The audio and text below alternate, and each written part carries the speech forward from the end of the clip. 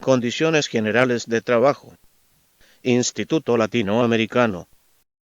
Jornada. La jornada es el tiempo que el trabajador está a disposición del patrón para prestarle sus servicios. Es lo que se conoce como horario. El tema al que esta sección se refiere es al tiempo que como trabajador se le ofrece al patrón para realizar el trabajo encomendado. En la Ley Federal del Trabajo se distinguen tres tipos de jornada: diurna, nocturna y mixta. Enseguida se muestra un esquema con las características que establece la ley para cada una. Entre las especificaciones que proporciona la ley se encuentran las siguientes. Si en el horario mixto se ocupan 3 horas y media más del horario nocturno, entonces se debe considerar una jornada nocturna. Durante la jornada debe haber un descanso de cuando menos media hora. Están prohibidas las jornadas inhumanas de más de 12 horas. Cuando exista riesgo para el patrón o la empresa, el trabajador deberá prestar su auxilio, sin que por esto tenga derecho a una jornada extraordinaria. Percibirá el salario de la jornada ordinaria. También es preciso identificar a la jornada de trabajo por horas a la semana. Así se conocen semanas de 48, 45 y 40 horas, por lo que el aumento de las horas de trabajo no podrán exceder de los límites ordinarios permitidos en esta ley. De lo contrario, se estaría en los supuestos de jornada extraordinaria o excedente. Jornada extraordinaria. Horas extras. Hoy en día, este tipo de jornada causa mucha inquietud entre los trabajadores, ya que desconocen los parámetros y circunstancias en las que aplica el reclamo de esta jornada. Queda claro que el trabajador es contratado para laborar una jornada, ya sea de 8, 7 o 7 horas y media, según sea el caso, y durante ese tiempo está obligado a realizar un determinado cúmulo de trabajo. Si al término del horario el trabajador no lo ha concluido, la extensión de horas no se considera extraordinaria. El concepto de extraordinario lo establece la ley en el artículo 66. Podrá también prolongarse la jornada de trabajo por circunstancias extraordinarias, sin exceder nunca de 3 horas diarias ni de 3 veces en una semana. En primer término, conviene tener en mente que por circunstancia extraordinaria se debe entender todo lo que está fuera de lo ordinario. En segundo lugar, es preciso tomar en cuenta lo que puntualiza el legislador. No debe exceder las 3 horas diarias ni 3 veces en una semana. El texto legal no precisa los días de la semana y respecto del caso en que fueran más de 3 horas en un día. Existen diversos criterios jurisprudenciales que tratan el tema de una manera muy especial. En tercer término, para el pago de las horas extras, se considera al 100% de la hora ordinaria. Horas excedentes. La regulación de esta condición de trabajo está contemplada en el artículo 68 de la Ley Federal del Trabajo. Los trabajadores no están obligados a prestar sus servicios por un tiempo mayor del permitido en este capítulo. La prolongación del tiempo extraordinario que exceda de 9 horas a la semana obliga al patrón a pagar al trabajador el tiempo excedente con un 200% más del salario que corresponda a las horas de la jornada, sin perjuicio de las sanciones establecidas en esta ley. Así, es posible que la jornada extraordinaria se extienda sin límite de tiempo. Cuanto a estas horas excedentes, se debe tomar en cuenta el consentimiento del trabajador, el pago de 200% por cada hora excedente, sin perjuicio de las sanciones a las que el patrón puede hacerse acreedor, según los artículos 992 y 994 de la Ley Federal del Trabajo. No hay límite de tiempo o forma establecida para laborar estas horas excedentes. Otro punto al que debemos estar atentos es lo que dispone el artículo 143 de la ley, inciso F. Las horas excedentes no integran salario, salvo que esté pactado como tiempo fijo. Días de descanso. En cuanto a esta condición de trabajo, se reconocen 3 tipos: descanso semanal, vacaciones y descanso obligatorio.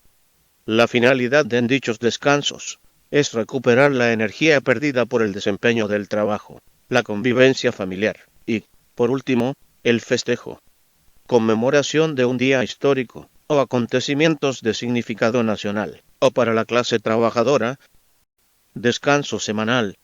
El legislador estipuló que después de cada 6 días de trabajo se tendrá derecho a descansar uno, procurando que sea el día domingo. La sugerencia del día domingo se debe a la importancia que el legislador da a la convivencia familiar, ya que ese día no hay actividad escolar. El día de descanso semanal, también conocido como séptimo día, se paga con salario íntegro. Y si se trabaja el día domingo, solo se le adiciona una prima dominical consistente en 25% del salario del día ordinario. En caso de que se trabaje el día de descanso, este se cubrirá independientemente de su salario ordinario. Un salario doble por el servicio prestado. Artículo 73. LFT. Descanso obligatorio. A este descanso se le denomina obligatorio por estar estipulado en la ley, y son días para conmemorar momentos históricos con significado nacional, o para la clase trabajadora, según el artículo 74. Son días de descanso obligatorio. El 1 de enero y el primer lunes de febrero en conmemoración del 5 de febrero. El tercer lunes de marzo en conmemoración del 21 de marzo. El 1 de mayo. El 16 de septiembre. El tercer lunes de noviembre en conmemoración del 20 de noviembre. El 1 de diciembre de cada 6 años, cuando corresponda a la transmisión del Poder Ejecutivo Federal. El 25 de diciembre, y el que determinen las leyes federales y locales electorales, en el caso de elecciones ordinarias, para efectuar la jornada electoral. El 27 de septiembre de 2022 se ha avalado el proyecto para ampliar a 12 días derecho de vacaciones pagadas a partir del primer año laboral. Si en los próximos días la reforma se aprueba, los días de vacaciones quedarían como se muestra en la tabla. Adicionalmente, los artículos 77 al 81 hacen acotaciones respecto al período vacacional. Artículo 77. Los trabajadores que presten servicios discontinuos y los de temporada tendrán derecho a un período anual de vacaciones, en proporción al número de días trabajos en el año. Artículo 78. Los trabajadores deberán disfrutar en forma continua 6 días de vacaciones, por lo menos. Artículo 79. Las vacaciones no podrán compensarse con una remuneración. Si la relación de trabajo termina antes de que se cumpla el año de servicios, el trabajador tendrá derecho a una remuneración proporcionada al tiempo de servicios prestados. Artículo 80. Los trabajadores tendrán derecho a una prima no menor de 25% sobre los salarios que les correspondan durante el período de vacaciones. Artículo 81. Las vacaciones deberán concederse a los trabajadores dentro de los 6 meses siguientes al cumplimiento del año de servicios.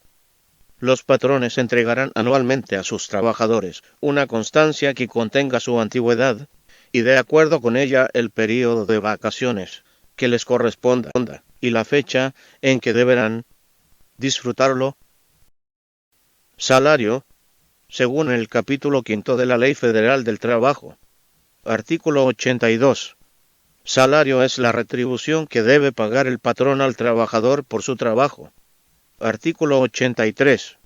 El salario puede fijarse por unidad de tiempo, por unidad de obra, por comisión, a precio alzado, o de cualquier otra manera. Tratándose de salario por unidad de tiempo, se establecerá específicamente esa naturaleza.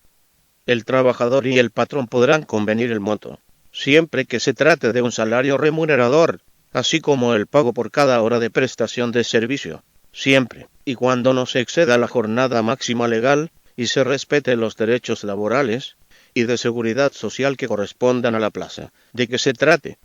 El ingreso que perciban los trabajadores por esta modalidad en ningún caso será inferior al que corresponda a una jornada diaria, cuando el salario se fije por unidad de obra. Además de especificarse la naturaleza de esta, se hará constar la cantidad y calidad del material, el estado de la herramienta y útiles que el patrón, en su caso, proporcione para ejecutar la obra, y el tiempo por el que los pondrá a disposición del trabajador, sin que pueda exigir cantidad alguna por concepto del desgaste natural que sufra la herramienta como consecuencia del trabajo. Artículo 84. El salario se integra con los pagos hechos en efectivo por cuota diaria, gratificaciones, percepciones, habitación, primas, comisiones, prestaciones en especie y cualquier otra cantidad o prestación que se entregue al trabajador por su trabajo. Artículo 85. El salario debe ser remunerador y nunca menor al fijado como mínimo de acuerdo con las disposiciones de esta ley. Para fijar el importe del salario, se tomarán en consideración la cantidad y calidad del trabajo. En el salario por unidad de obra, la retribución que se pague será tal que para un trabajo normal, en una jornada de 8 horas, dé por resultado el monto del salario mínimo, por lo menos. Artículo 86.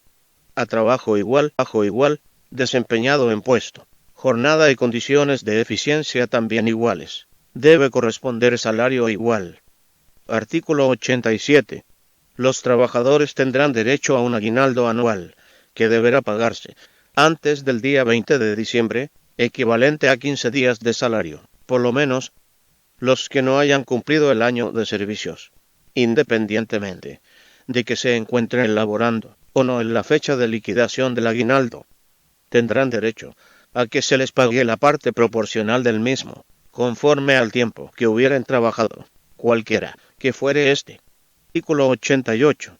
Los plazos para el pago del salario nunca podrán ser mayores de una semana, para las personas que desempeñan un trabajo material, y de 15 días, para los demás trabajadores. Indemnizaciones y salario. Artículo 89. Para determinar el monto de las indemnizaciones que deban pagarse a los trabajadores, se tomará como base el salario correspondiente al día en que nazca el derecho a la indemnización, incluyendo en él la cuota diaria y la parte proporcional de las prestaciones mencionadas en el artículo 84. En los casos de salario por unidad de obra, y en general, cuando la retribución sea variable, se tomará como salario diario el promedio de las percepciones obtenidas en los 30 días efectivamente trabajados antes del nacimiento del derecho.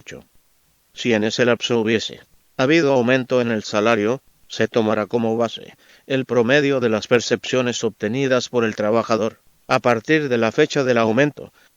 Cuando el salario se fije por semana o por mes, se dividirá entre 7 o entre 30, según el caso, para determinar el salario diario. Descuentos o reducciones al salario. Artículo 97. Los salarios mínimos no podrán ser objeto de compensación, descuento o reducción, salvo en los casos siguientes. Primero, pensiones alimenticias decretadas por la autoridad competente en favor de las personas mencionadas en el artículo 110, fracción 5, y segundo, pago de rentas, a que se refiere el artículo 151. Este descuento no podrá exceder del 10% del salario.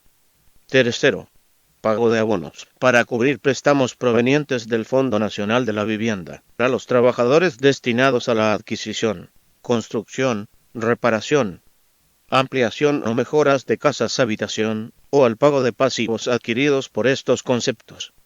Asimismo, a aquellos trabajadores que se les haya otorgado un crédito para la adquisición de viviendas ubicadas en conjuntos habitacionales financiados por el Instituto del Fondo Nacional de la Vivienda para los trabajadores se les descontará el 1% del salario, a que se refiere el artículo 143 de esta ley, que se destinará a cubrir los gastos que se eroguen por concepto de administración, operación y mantenimiento del conjunto habitacional de que se trate. Estos descuentos deberán haber sido aceptados libremente por el trabajador, y no podrán exceder el 20% del salario.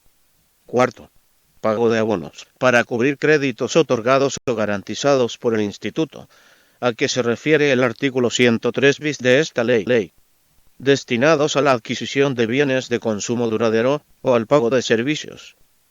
Estos descuentos estarán precedidos de la aceptación que libremente haya hecho el trabajador, y no podrán exceder del 10% del salario.